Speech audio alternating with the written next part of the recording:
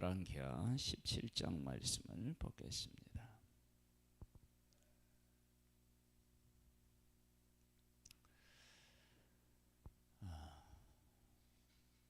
하나님께서는 사람을 사랑하시고 구원하시기를 원하십니다.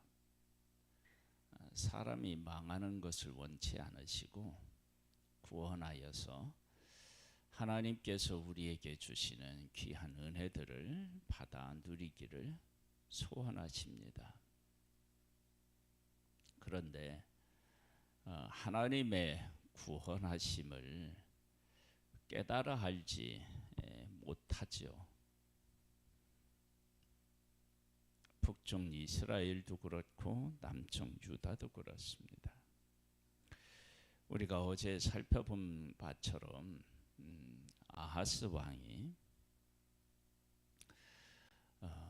북쪽 이스라엘과 아람이 와서 예루살렘을 공격할 때 하나님께서 남쪽 유다로 하여금 승리할 수 있도록 도우셔요.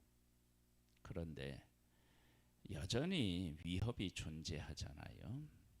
그러니까 아스로 왕을 통해서 이 문제를 해결하려고 하고 정말로 성전 곡간과 왕궁의 곡간에 있는 은금을 보내서 그 문제를 해결해요.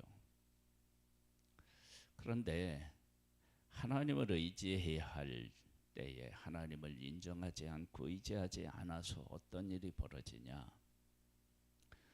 이방 나라 아스로 왕을 통해서 두려움의 문제를, 전쟁의 그 위협의 문제를 어느 정도 해소는 하죠. 해결을 하죠.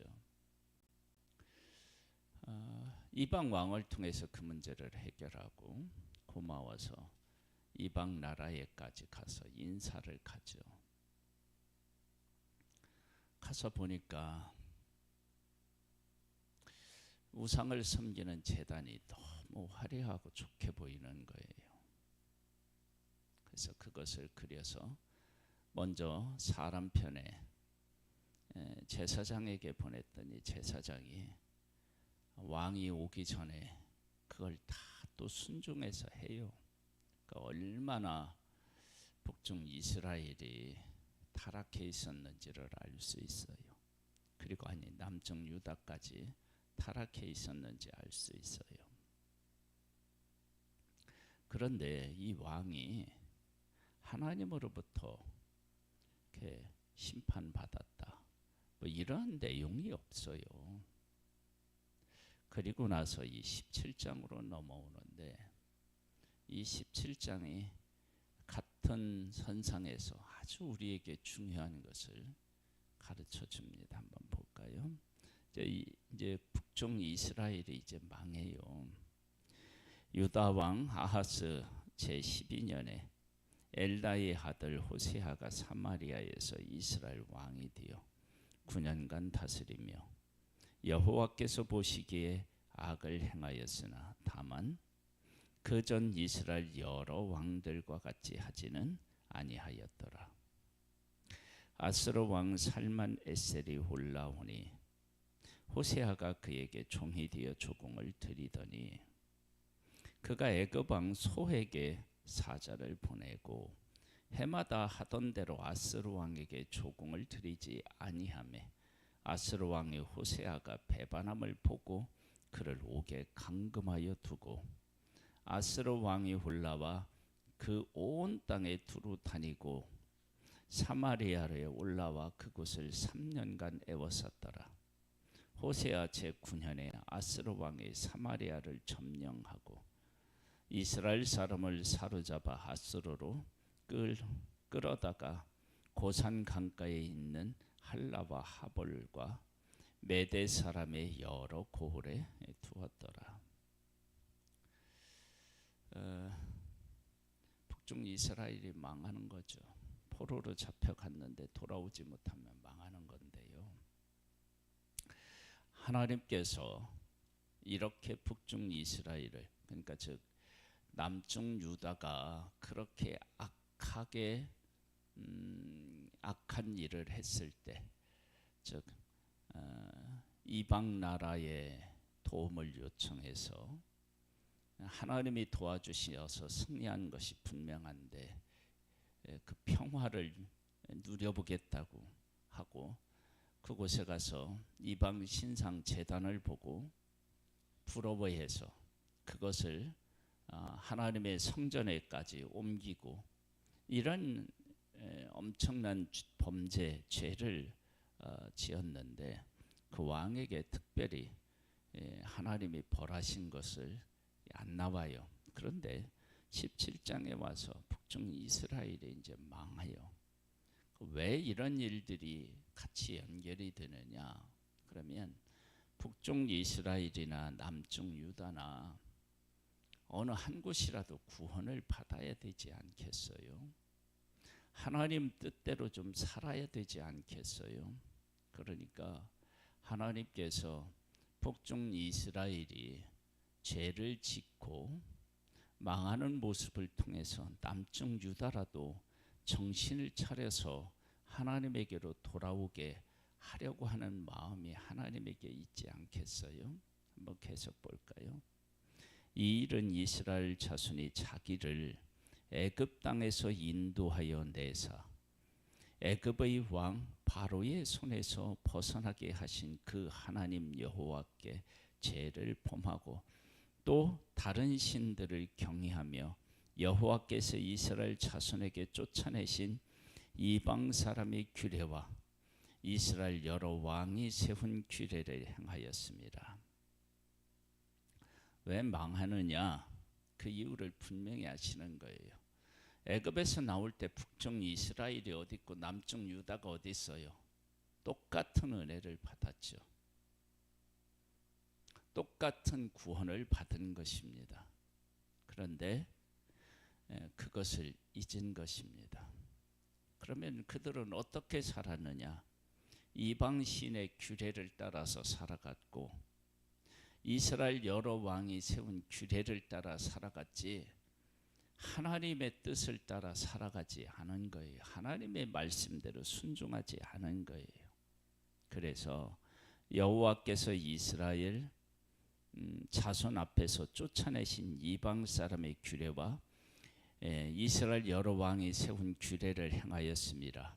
이스라엘 자손이 점차로 불의를 행하여 그 하나님 여호와를 배반하여 모든 성읍에 망대로부터 견고한 성에 이르도록 산당을 세우고 모든 산 위에와 모든 푸른 나무 아래에 목상과 하셀의 상을 세우고 또 여호와께서 그들 앞에서 물리치는 이방 사람 같이 그건 모든 산당에서 분향하며 또 악을 행하여 여호와를 경노하게 하였으며 또 우상을 섬겼으니 이는 여호와께서 그들에게 행하지 말라고 말씀하신 일이라.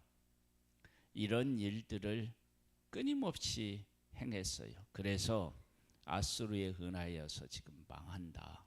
그것이 왜 망하느냐? 이러이러한 이유 때문이다.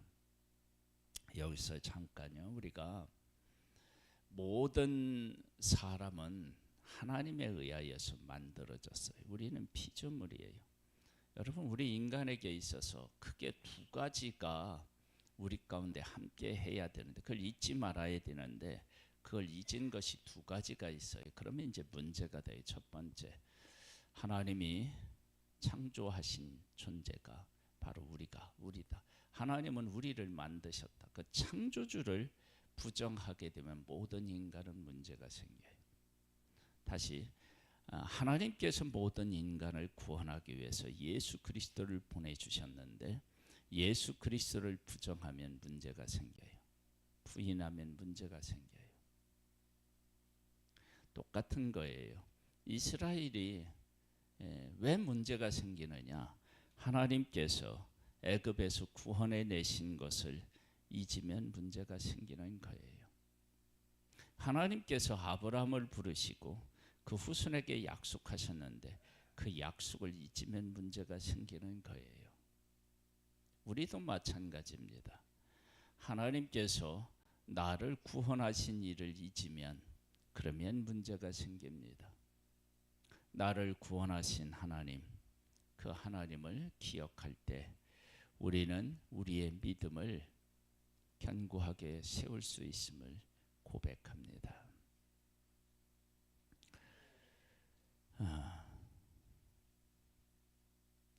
13절이요. 여호와께서 각 선지자와 각 선견자를 통하여 이스라엘과 유다에게 지정하여 이르시기를 너희는 돌이켜 너희 악한 길에서 떠나 나의 명령과 율례를 지키되 내가 너희 조상들에게 명령하고 또 내 종 선지자를 통하여 너희에게 전한 모든 율법대로 행하라 하셨으나 하나님께서 끊임없이 선지자들을 보내서 야 돌아와라 돌아와 내 말씀 내가 너희들에게 얘기한 율례를 지켜라. 근데 안 지킨 거예요. 그들이 듣지 아니하고 그들의 목을 곧게 하기를 그들이 하나님 여호와를 믿지 아니하던 그들 조상들의 목같이 하여 여호와의 율례와 여호와께서 그들의 조상들과 더불어 세우신 언약과 경계하신 말씀을 버리고 허무한 것을 뒤따라 허망하며 또 여호와께서 명령하사 따르지 말라 하신 사방 이방 사람을 따라 그들의 하나님 여호와의 모든 명령을 버리고 자기들을 위하여 두 송아지 형상을 부어 만들고 또 아세라 목상을 만들고 하늘의 일월 성신을 경배하며 또 바알을 섬기며 또 자기 자녀를 불 가운데로 지나가게 하며 복설과 사설을 행하고 스스로 팔려 여호와 보시기에 악을 행하여 그를 경노하게 하였으므로 여호와께서 이스라엘에게 심히 노하사 그들을 그의 앞에서 제거하시니 오직 유다 지파 위에는 남은 자가 없으니라. 하나님의 구원하심을 잊으면 어떤 일이 생기느냐? 이방을 따라가는 거예요. 하나님의 구원을 잊으면 이방 사람과 크게 다르지 않습니다. 그래서 우리가 우리의 신앙을 지키고 그 신앙을 더욱더 키워나가기 위해서는 반드시 기억해야 될 게 있습니다. 우리는 하나님으로부터 나왔다. 하나님이 우리를 만드셨다. 하나님은 우리를 돌보신다. 우리가 죄를 지었을 때, 죄인이었을 때 예수 그리스도를 통해서 우리를 구원하셨다. 이것을 우리가 늘 이야기하지만 이것을 기억하느냐, 이것을 삶에서 잊고 살아가느냐, 그것은 신앙에 있어서 완전히 다른 결과를 가져옵니다. 그러니까 우리가 타락하는 이유는 이렇게 하나님이 우리를 만드시고 우리를 구원하셨다라고 하는 것을 기억하지 못하기 때문에 그렇습니다.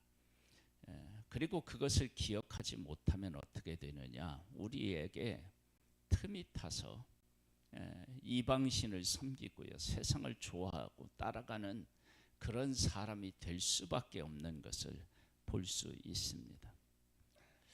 자, 한번 볼까요? 19절에 보면 유다도 그들의 하나님, 이제 유다 외에는 남은 자가 없는데요, 유다도 그들의 하나님 여호와의 명령을 지키지 아니하고 이스라엘 사람들이 만든 관습을 행하였으므로 여호와께서 이스라엘 온 족속을 버리사 괴롭게 하시며 노략군의 손에 넘기심에시고 마침내 그의 앞에서 쫓아내시니라. 여기 보세요.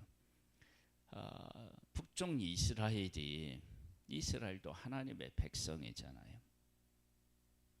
그런데 그들은 남쪽 유다보다도 더한 거예요. 물론 또 유다도 또 다르다고 할 수도 없는데, 그래 하나님께서 남쪽 유다라도 정신을 차리기를 원하셨는데 이 유다가 뭘 하느냐면 북쪽을 따라 하는 거예요. 북쪽 이스라엘을.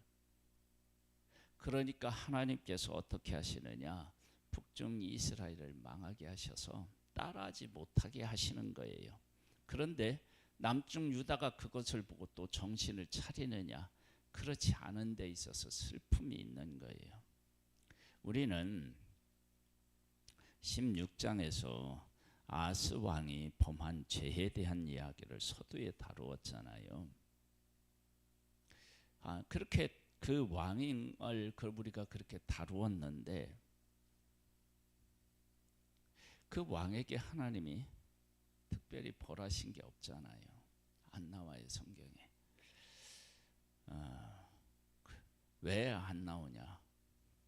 그 왕을 벌해도 그렇게 편할 것 같지가 않은 거예요, 사람이. 그러니까 더 큰 하나님께서 충격을 주시기 위해서 북쪽 이스라엘이 망하는 거예요. 그럼 망하면 왜 쟤들이 망했을까 생각해보고, 하나님, 애굽에서 구원하신 하나님을 믿고 따르지 아니하고 의지하지 아니하고 우상을 섬겼기 때문이다 라고 하는 사실을 깨달아 알고 남쪽 유다가 정신을 차리고 하나님에게로 돌아오기를 바라는 정말 특별 방법을 쓰신 거예요. 그런데 남쪽 유다가 깨닫지를 못해요. 보겠습니다.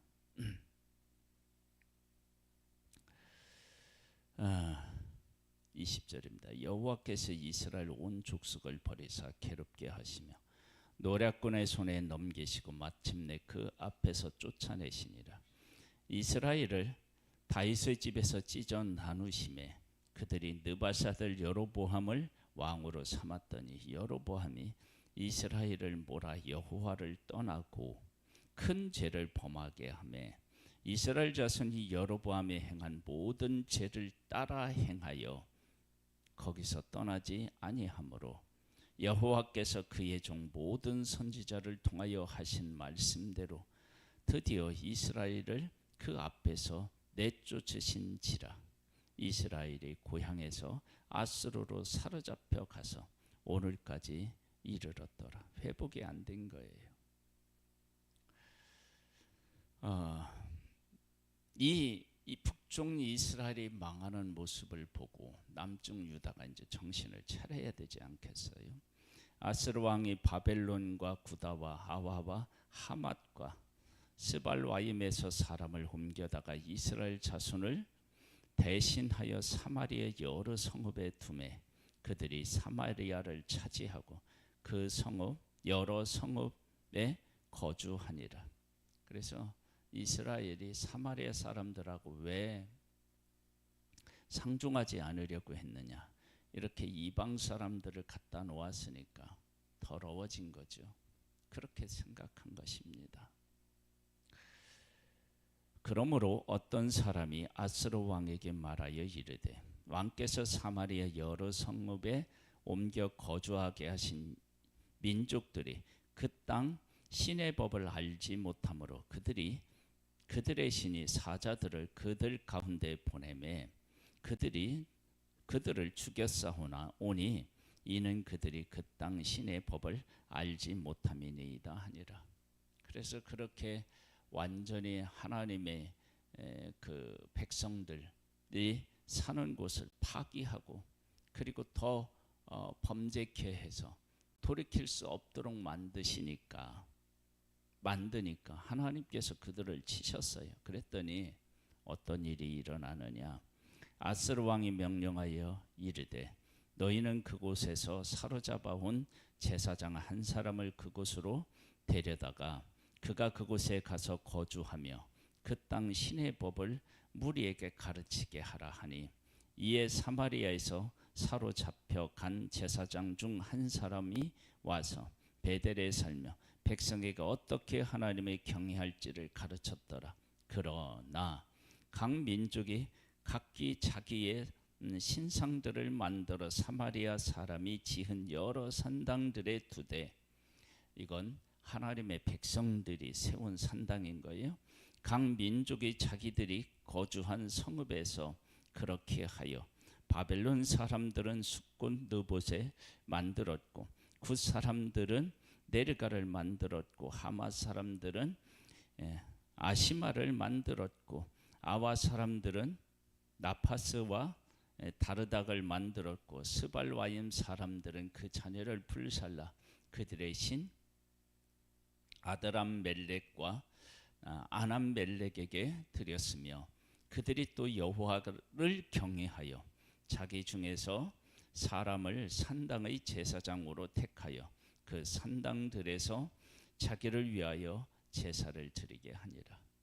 하나님께서 하나님의 백성이 살던 곳을 완전히 엉망진창으로 만들자 하나님이 벌하셨다. 그랬더니 사람들이 어떻게 했느냐? 하나님도 섬기고 우상도 섬기고 답이 안 나오는 거죠. 그렇죠?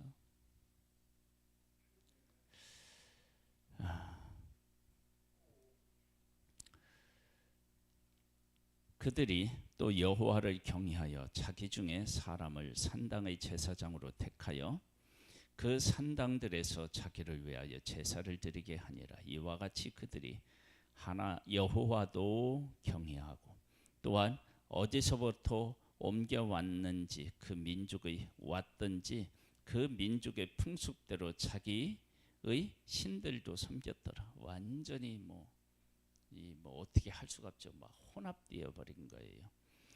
그들이 오늘까지 이전 풍습대로 행하여 여호와를 경외하지 아니하며 또 여호와께서 이스라엘이라 이름을 주신 야곱의 자손에게 명령하신 율례와 법도와 율법과 계명을 준행하지 아니하는도다. 옛적에 여호와께서 야곱의 자손에게 언약을 세우시고 그들에게 명령하여 이르시되 너희는 다른 신을 경외하지 말며 그들을 경배하지 말며 그를 섬기지 말며 그에게 제사하지 말고 오직 큰 권능과 편팔로 너희를 애굽에서 인도하여 내신 여호와만 경외하여 그를 예배하며 그에게 제사를 드릴 것이며 또 여호와가 너희를 위하여 기록한 율례와 법도와 율법과 계명을 지켜 영원히 행하고 다른 신들을 경외하지 말며 또 내가 너희와 세운 언약을 잊지 말며 다른 신들을 경외하지 말고 오직 너희 하나님 여호와만을 경외하라. 그가 너희를 모든 원수의 손에서 건져내리라. 그렇게 하나님이 분명히 하셨으나 그러나 그들이 듣지 아니하고 오히려 이전 풍습대로 행하였으므로 이 여러 민족이 여호와를 경외하고 또 그 아로새긴 우상을 섬기니 그들의 자자손손이 그들의 조상들이 행하는 대로 그들도 오늘까지 행하니라. 하나님도 섬기고 우상도 섬기고 하나님이 명령을 주셨는데 그 명령대로 살지 않고 이방인들의 어떤 규례대로 왕들의 규례대로 살아가고 그래서 지금 우리들에게 있어서 문제가 뭐가 있느냐 그러면 여기 보면 이방인의 규례 또